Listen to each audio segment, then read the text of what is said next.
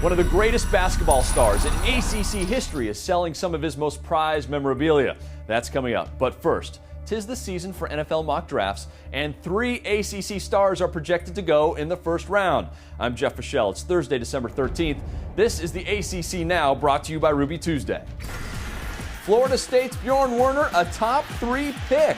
That's what ESPN NFL draft guru Todd McShay says in his first mock draft. He sees the ACC Defensive Player of the Year being drafted by the Oakland Raiders with the 3rd pick. McShay believes North Carolina defensive tackle Sylvester Williams will go to the Minnesota Vikings with the 18th pick. Williams had 6 sacks and 13.5 tackles for a loss this season. McShay says Williams' Tar Heel teammate, offensive guard Jonathan Cooper, will be taken by the Green Bay Packers with the 27th pick. McShay will update his mock draft several times before we get to April 25th. Speaking of the Tar Heels, their non-conference football schedule is changing next year. Minnesota has backed out of games in 2013 and 14, so there's a big hole in the schedule right now. The Tar Heels actually kick off next football season at South Carolina, August 29th, a Thursday night, on national television. This is no shock.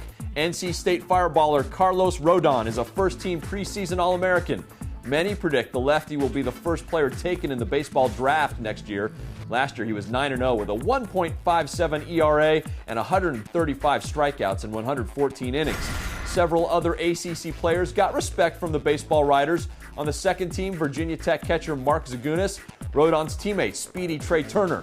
Also, 2 starting pitchers, Georgia Tech's Buck Farmer and UNC's Kent Emanuel. Georgia Tech, Florida State, and Miami all have players on the 3rd team.